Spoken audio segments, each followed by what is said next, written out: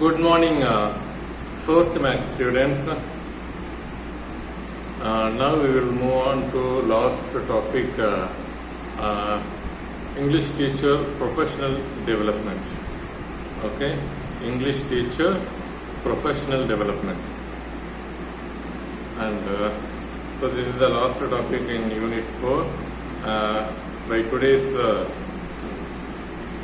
topic, we will wind up Unit 4 and we will move on to Unit 5 in the next class. So, English teacher professional development. And so what do you mean by English teacher professional development? And in the previous topic, got 10 good qualities of English teacher, and ninth point I said teacher development. Okay, teacher development course. That is, the teacher should update his knowledge, should attend refreshing course, should attend in-service program.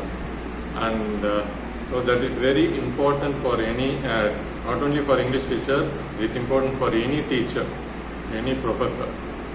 Okay. So, maybe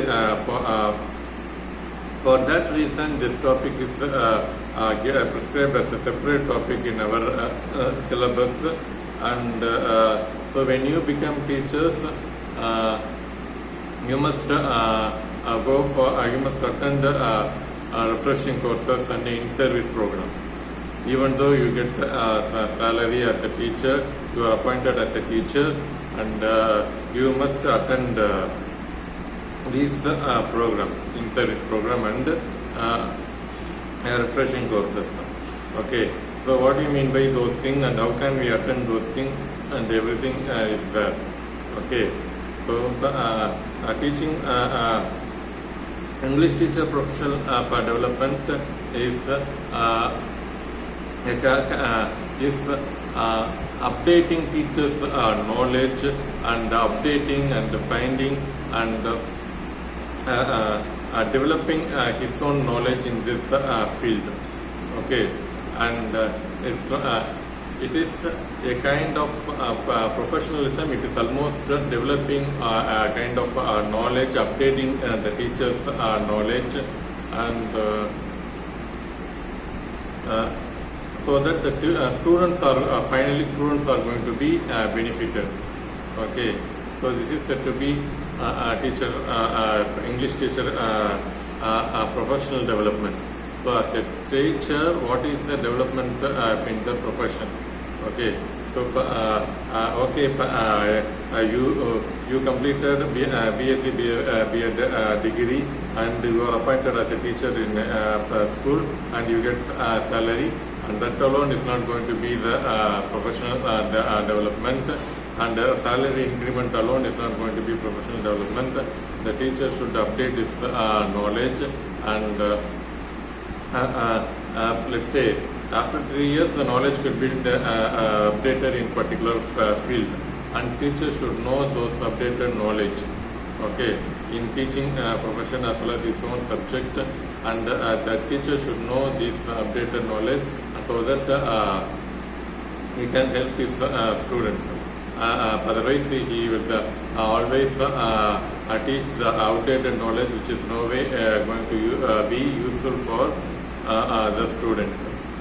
Okay, so this is said to be teacher development, that is updating his knowledge and sharing the knowledge and implementing in the classroom and teaching them in the to the students. Okay. So this is said to be teacher development, English teacher development. I mean, this is said to be English teacher development program, but English teacher in the relation to language. Okay. So the teaching profession, actually, teaching profession itself is a continuing education. Okay. If you are an engineer, okay, you become engineer and that's all. Okay, but in case of you are a doctor, and for that you must update your knowledge. Okay, so new corona is developing, and we need to find out medicine for that. And in future, another new kind of virus or bacteria may develop, and so for that, medicine profession and doctors should update their knowledge. Likewise, the teacher should update their knowledge. And in case of a barber, and to a certain extent in case of journalism, there is, of course, in all profession the knowledge should be developed, but for teacher and medicine doctor, and they must develop, they have no other choice, they must update their knowledge. But in case of barber or other profession, there is no need to update their knowledge. Okay, so but in case of teacher, they must it is a continuing education. Even though you are appointed as a teacher, you must we all must continue our education. Okay, and the teachers must continue their informal education. Okay, so of course, to a certain extent, this online education is also a kind of informal education, but we don't have choice in it.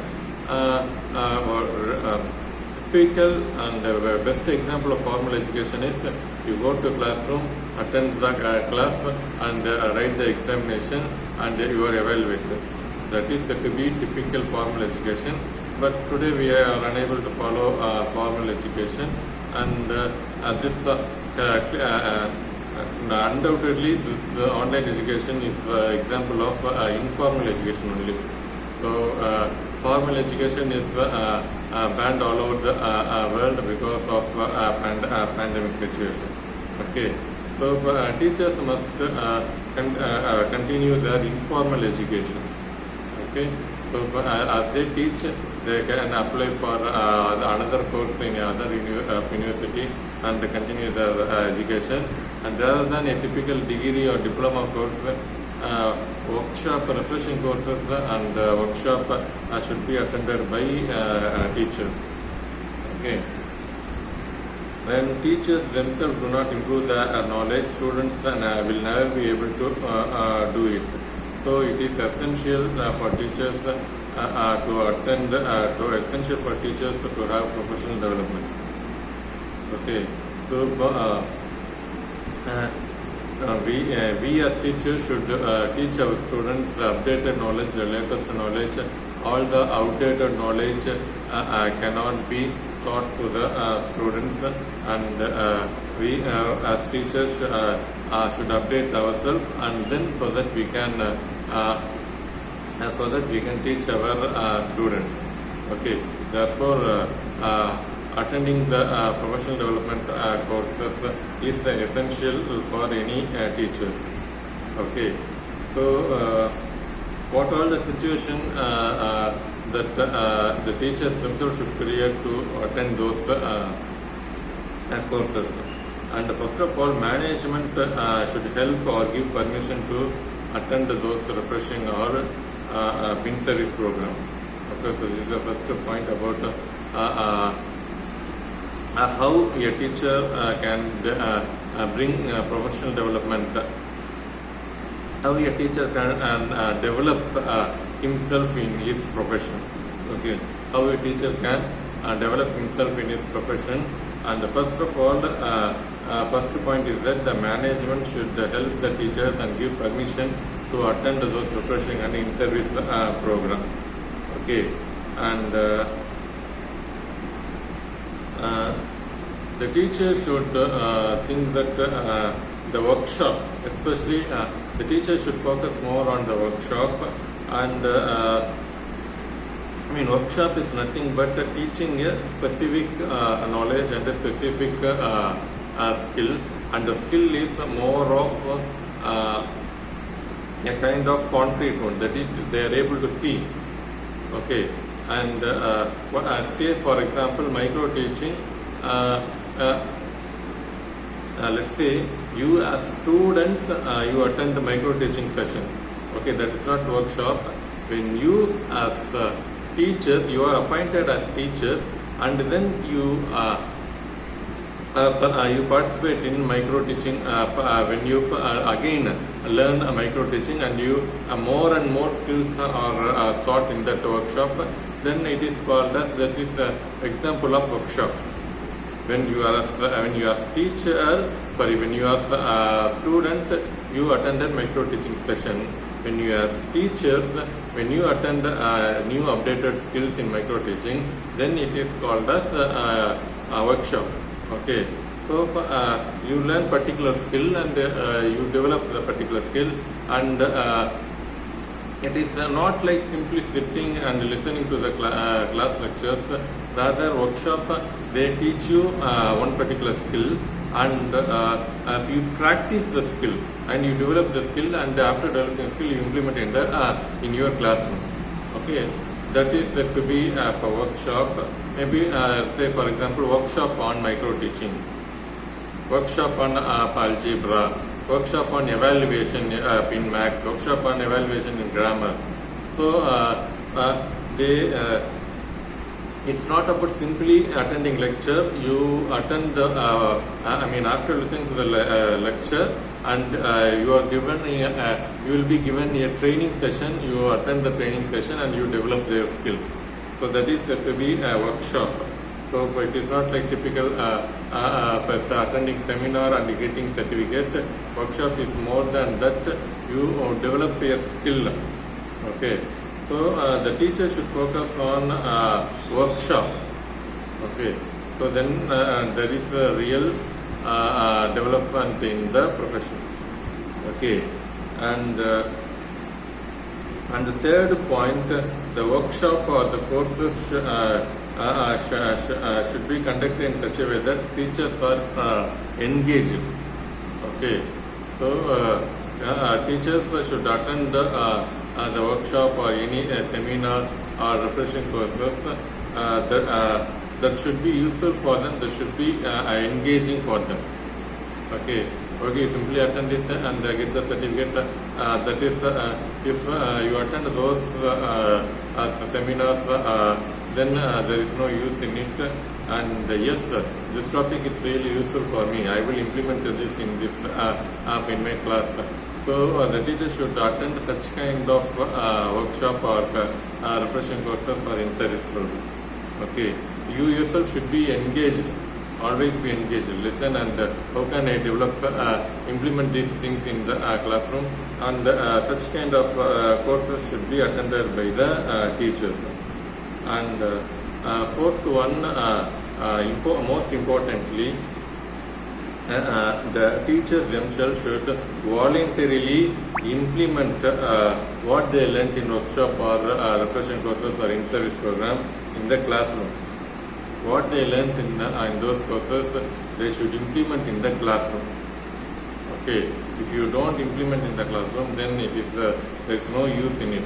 Okay, you get a certificate, and therefore you when NAC committee comes or anything comes, okay, please show the refreshing course certificate. Okay, you are a teacher and you are qualified as a teacher. Okay, though the government officially announces this, but that is not the real thing. That's not the real way, real professional development. You implement what you learnt in the workshop, in the refreshing course, and in the classroom, so that your students are going to be benefited. Okay, this is one thing. This is the fourth point. And fifth point, this is also important point.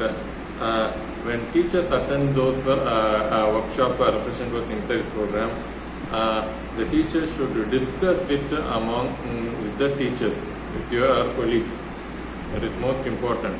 And when I attend one seminar in a particular university, I should share those knowledge with my colleagues. Okay. Similarly, when other professors went to other seminars, they should share their knowledge with us. Okay, and they should implement in the classroom. Okay, so that's what that's how workshop should be. Professional development courses are conducted, and so that all teachers are able to develop in the profession. Okay, so The teacher should discuss among themselves their knowledge with their teachers, with their colleagues. With their colleagues, they should share their knowledge. Okay, so that they also can implement in their classroom. Okay, then only the real teaching profession, professional development is done. Okay, and finally, the teachers themselves should have a proper plan, a year-wise plan. Okay, January, this month I should attend this one, and after 2 months I will attend this course. Likewise, they should have a proper plan, and proper planning and year-wise planning in the calendar should be prepared by the teachers themselves. Okay, so and that's how the teacher should develop himself in the profession. Okay, and first of all, the management should help the teachers, and the teacher should enroll himself in any teaching association, and the teacher association should say that in this particular place there is a workshop, there is a seminar, there is in-service program. And in-service program, that is those programs, courses conducted by government institution. Okay, if a seminar, if a workshop conducted by government, then it is called as in-service program.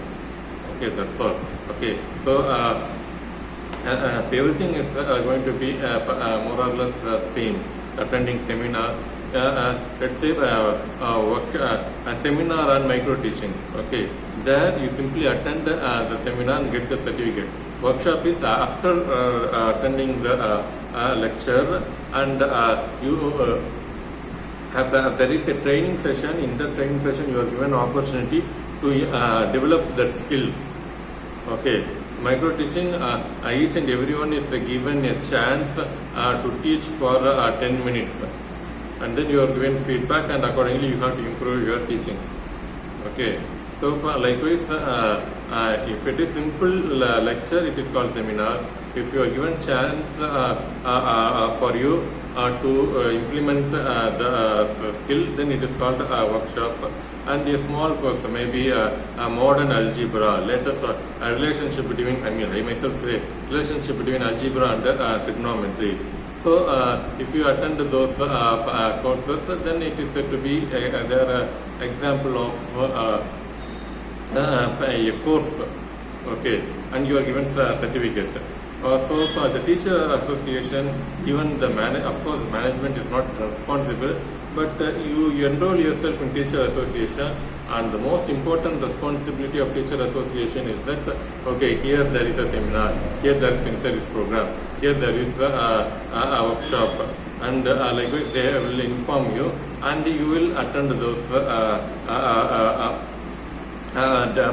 teaching professional development course.